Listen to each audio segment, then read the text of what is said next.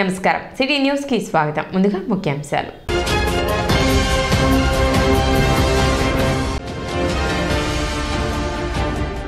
ఆడుదాం ఆంధ్ర కార్యక్రమంలో భాగంగా క్రీడా పోటీలను ప్రారంభించిన ఎమ్మెల్యే అన్నాబత్తిని శివకుమార్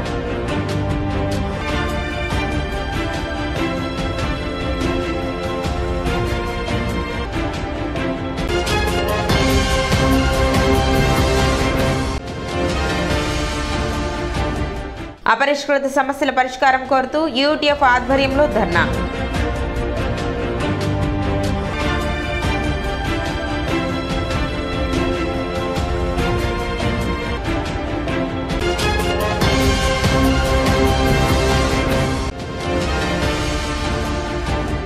పదహారవ రోజు కొనసాగిన అంగన్వాడీల నిరవధిక సమ్మె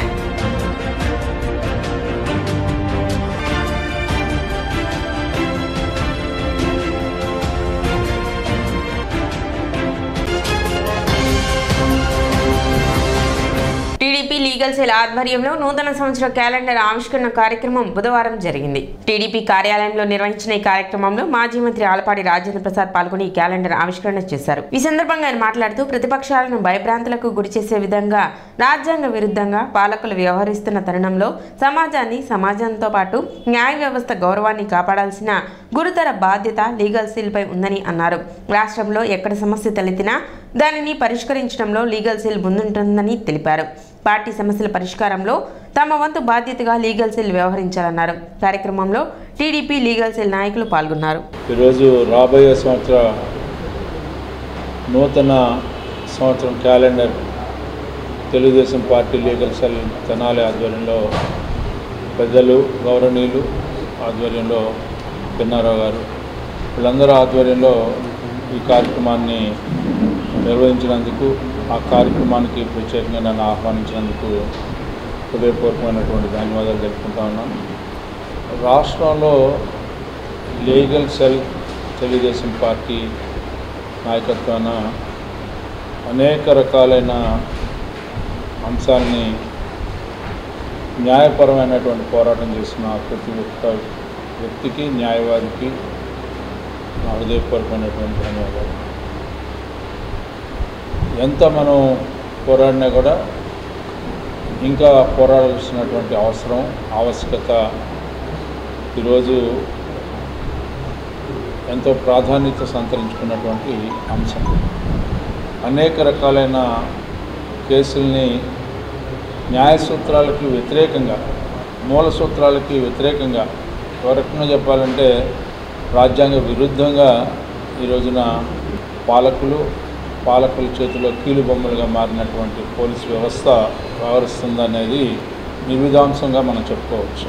ఈరోజు ఇది ఒక గురుతర బాధ్యత.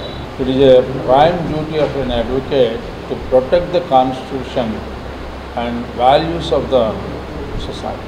What we observed in Chandrababu Naidu వారి అరెస్ట్లో మినిమం ప్రొసీజర్ ఫాలో అవ్వలేదు. Against the rule of law మనం చూసాము. అగైనెస్ట్ ద కాన్స్టిట్యూషన్ వయలేషన్ కూడా జరిగిందని చెప్పి మనం అనుకుంటా ఉన్నాం. సమస్యలన్నింటినీ కూడా సామాజిక దృక్పథంతో మనం వీటన్నింటినీ అడ్డుకోవాల్సిన అవసరం ఉంది. ఇది ఒక మన బాధ్యత. ఇవాళ న్యాయ వ్యవస్థని కాపాడుకుంటే కానీ ఆ గౌరవాన్ని కాపాడితే కానీ కాపాడుకోవాల్సిన పరిస్థితి నిర్వీర్యం కాకుండా వ్యవస్థల మీద ఉన్న గౌరవం తగ్గకుండా చూసుకోవాల్సినటువంటి బాధ్యత. ఎందుకంటే when you are standing before the bench you are also a court officer that you are to feel like that. ఆ రకంగా మీరు ఈ వ్యవస్థను కాపాడాల్సిన అవసరం ఉంది అని చెప్పి లీగల్ ఫెటర్నిటీ ఆయనకి అన్ని విషయాల్లో సపోర్ట్గా ఉండి మనం ఆయన విన్నంటే ఉండాలని నేను ఆశిస్తాను. ముఖ్యంగా ఆయన ఏ రంగంలో ఉన్నా కూడా చాలా పట్టుదలతో హానెస్ట్గా పనిచేస్తారు. మరి మొదటి నుంచి అవన్నీ కూడా పుణికిపుచ్చుకున్నటువంటి ఒక మంచి వ్యక్తి. నమ్మిన వాళ్ళని నమ్మిన సిద్ధాంతాన్ని ఎప్పుడూ ఆయన మర్చిపోకుండా ఆయన నమ్మిన వాళ్ళంటే ఉంటారు. దానికి నిదర్శనం మరి ఈ రోజున ఆయన ఎంతో హార్డ్ వర్క్ చేస్తూ ఉన్నారు. ప్రజల పట్ల ప్రజల సాధక బాధకాల పట్ల ఆయన ఒక నిర్దిష్టమైనటువంటి ఆలోచన కలిగినటువంటి వ్యక్తి. వారిని మరలా ఈ నియోజకవర్గానికి మనం ఎమ్మెల్యే క్రీడాకారులను ప్రోత్సహించాలన్న లక్ష్యంతో సీఎం జగన్ ఆడదాం ఆంధ్ర కార్యక్రమాన్ని చేపట్టినట్లు ఎమ్మెల్యే అన్నాబత్తుని శివకుమార్ తెలిపారు. ఆడదాం ఆంధ్ర కార్యక్రమంలో భాగంగా పట్టణంలోని విఎస్ఆర్ కాలేజీ మరియు మార్కెట్ యార్డ్ ఏర్పాటు చేసిన క్రీడా పోటీలను బుధవారం ఎమ్మెల్యే అన్నాబత్తుని శివకుమార్ ప్రారంభించారు. క్రీడాకారులను పరిచయం చేసుకున్నారు. క్రికెట్, వాలీబాల్ ఆడి పోటీలను ప్రారంభించారు. క్రీడా నైపుణ్యాన్ని పెంపొందించుకునేందుకు ముఖ్యమంత్రి జగన్మోహన్ రెడ్డి ఆడదాం ఆంధ్ర కార్యక్రమాన్ని ప్రారంభించడం జరిగిందని, ప్రతిభ ఉండి అవకాశాలు లేని వారికి ఆంధ్ర కార్యక్రమం ఒక మంచి వేదికగా దోహదపడుతుందని ఎమ్మెల్యే అన్నాబత్తుని శివకుమార్ తెలిపారు. కార్యక్రమంలో మున్సిపల్ కమిషనర్ ఎం జస్వంతరావు, పలువురు అధికారులు పాల్గొన్నారు.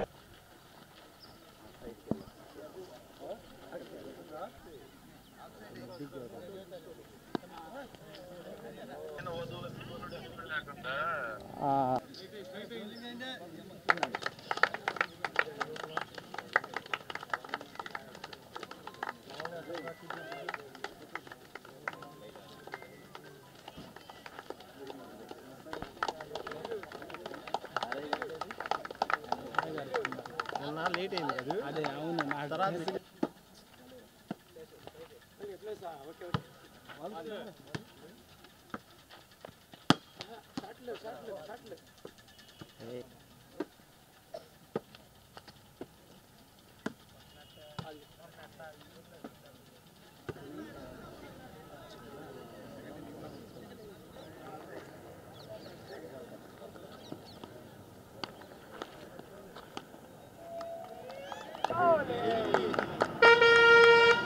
అంటే 26 డిసెంబర్ ఈ రాష్ట్రంలో ఆడుదాం ఆంధ్ర కార్యక్రమం ద్వారా సుమారు 47 రోజులు ఈ రాష్ట్రంలో ఉన్న యువత చేత వారిలో ఉన్న క్రీడా నైపుణ్యాన్ని పెంపొందించజేసే విధంగా ఒక పెద్ద కార్యక్రమాన్ని ఈ రాష్ట్ర యువత కోసం, ఈ రాష్ట్రంలో ఉన్న యువత స్పోర్ట్స్ ఎడల అంటే క్రీడల ఎడల వారికి ఉన్న మక్కువని, ప్లస్ చాలామంది అవకాశాలు లేక క్రీడల్లో రాణించరు.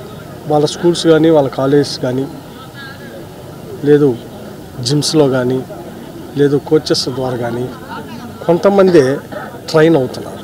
ఈరోజు ప్రభుత్వం తీసుకున్న ఈ ఆడుదాం ఆంధ్ర కార్యక్రమం ద్వారా ప్రభుత్వమే 100 కోట్లు ఖర్చు పెట్టి ఈ క్రీడా నైపుణ్యాన్ని పెంపొందించే విధంగా కిడ్స్ని అంటే ఈ 5 స్పోర్ట్స్ ఈవెంట్స్ ఏదైతే క్రికెట్ కానీ, హ్యాండ్బాల్ కానీ, వాలీబాల్ కానీ, కబడ్డీ కానీ, ఖోఖో కానీ ఈ గేమ్స్కి సంబంధించి ఎక్విప్మెంట్ని కిడ్స్ని గవర్నమెంటే స్పాన్సర్ చేసి గ్రామీణ స్థాయిలో అంటే సచివాలయ స్థాయి నుంచి రాష్ట్ర స్థాయి వరకు దీనిలో పెద్ద స్పోర్ట్స్ ఈవెంట్గా స్పోర్ట్స్ ఎవరైతే ఇంట్రెస్ట్ ఉండాలో ఆ క్రీడాకారులను తయారు చేసి ఒక పెద్ద ప్లాట్ఫామ్ని ఈ రాష్ట్ర యువతకి ఈ రాష్ట్ర ముఖ్యమంత్రి జగన్మోహన్ రెడ్డి గారు తీసుకొచ్చారు. తెనాల్లోని 47 సచివాలయాల్లో వారి కేటాయించిన గ్రౌండ్స్లో అంటే సుమారు 20 గ్రౌండ్స్లో ఈవెంట్స్ జరుగుతూ ఉన్నాయి.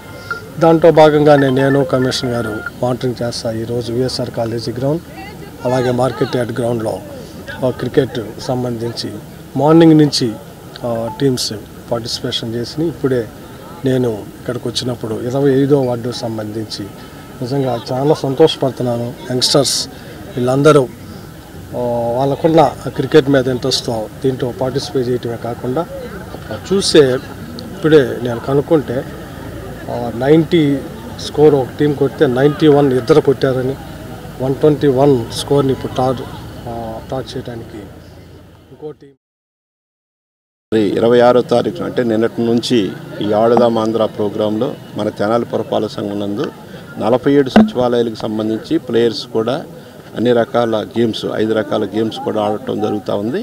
దానికి సంబంధించి క్రికెట్ ఎక్కువగా ఇంట్రెస్ట్గా ఉంది కాబట్టి దానికి విఎస్ఆర్ కాలేజీ అలాగే మన గ్రౌండ్ కూడా మనం ఏర్పాటు చేసుకున్నాం. ఎందుకంటే ఇక్కడ లెంగ్తీ ప్లేసెస్ ఉంది, చక్కగా మంచి గ్రౌండ్ ఉంది కాబట్టి ఈ 2 ప్లేసుల్లో కూడా మనం సెలెక్ట్ చేయడం జరిగింది.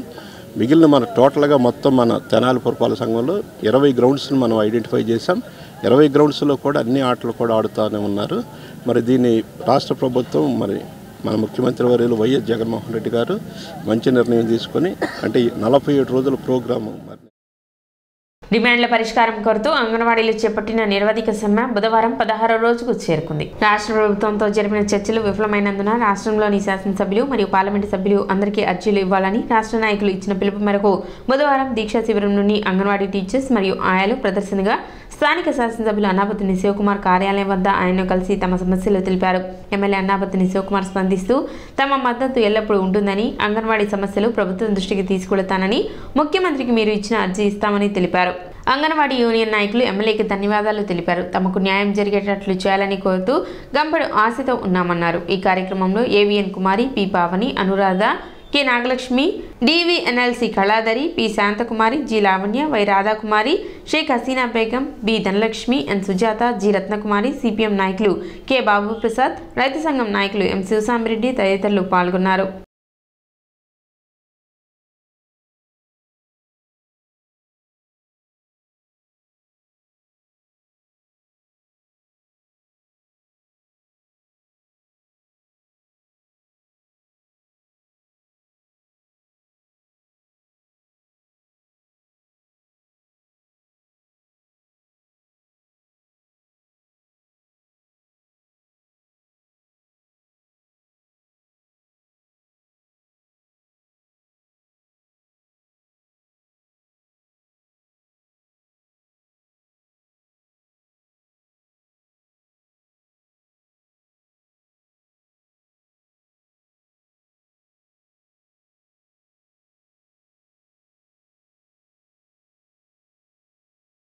Anganwadi workers and helpers union తరఫున ఈరోజు మేము అంగన్వాడీ నిరవధిక సమ్మెని 16వ రోజు కొనసాగుతున్నాము. ఈరోజు ఏంటంటే ప్రతి నియోజకవర్గంలో ఉన్న ఎమ్మెల్యే గారిని కలిసి వాళ్ళకి మేము మా బాధలన్నీ చెప్పాలి అని మా అంగన్వాడీ పిలిపించింది. మా సిఐటి పిలిపించిన కారణంగా మేమందరం ఈరోజు మన నియోజకవర్గ ఎమ్మెల్యే గారిని కలవటం జరిగింది. సార్ కూడా మాకు సానుకూలంగా మా వైపు మద్దతు ఇవ్వటం జరిగింది.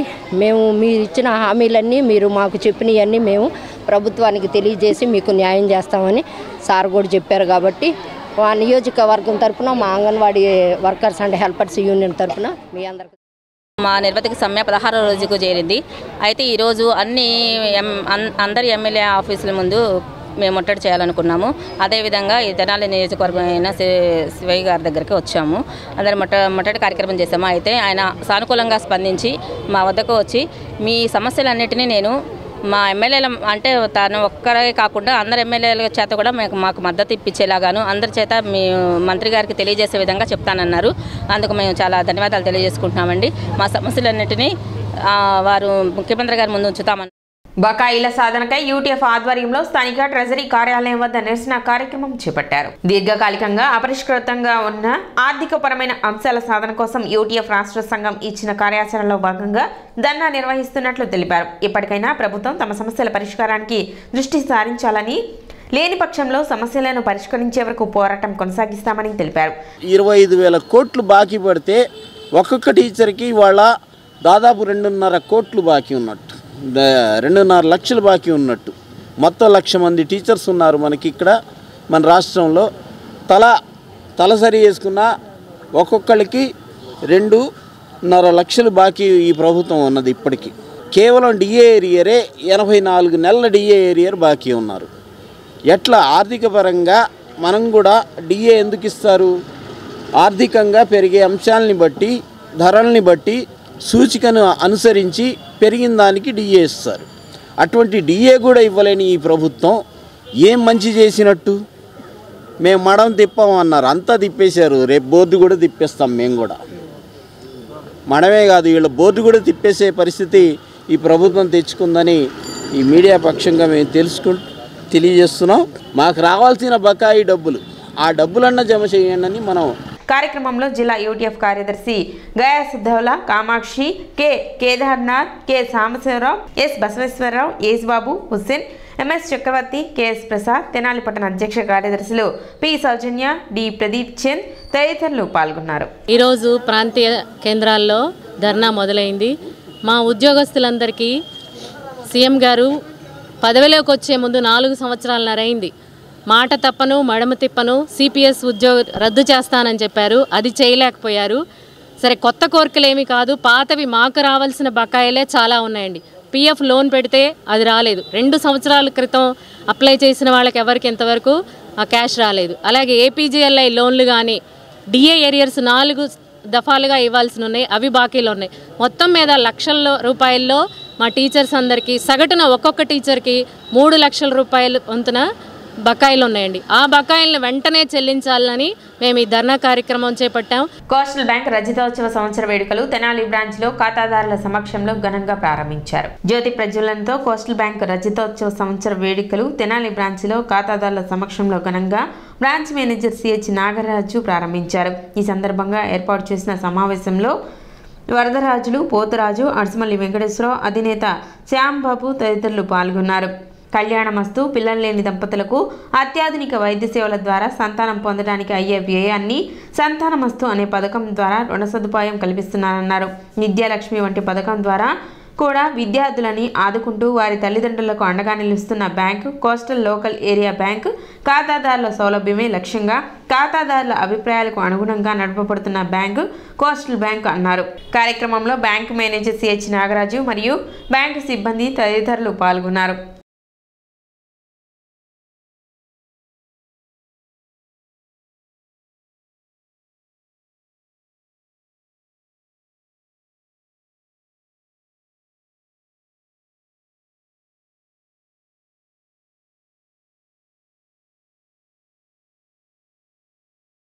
(1999) స్థాపించిన సంస్థ 2004-05 సంవత్సరంలో తెనాలిలో శాఖ ప్రారంభించి అంచెలంచెలుగా ఎదిగి జాతీయ స్థాయిలో ముందు ఇంకా ఇప్పటికి 50 బ్రాంచీలు 12 జిల్లాల్లో ఈ సంస్థ పనిచేస్తోంది.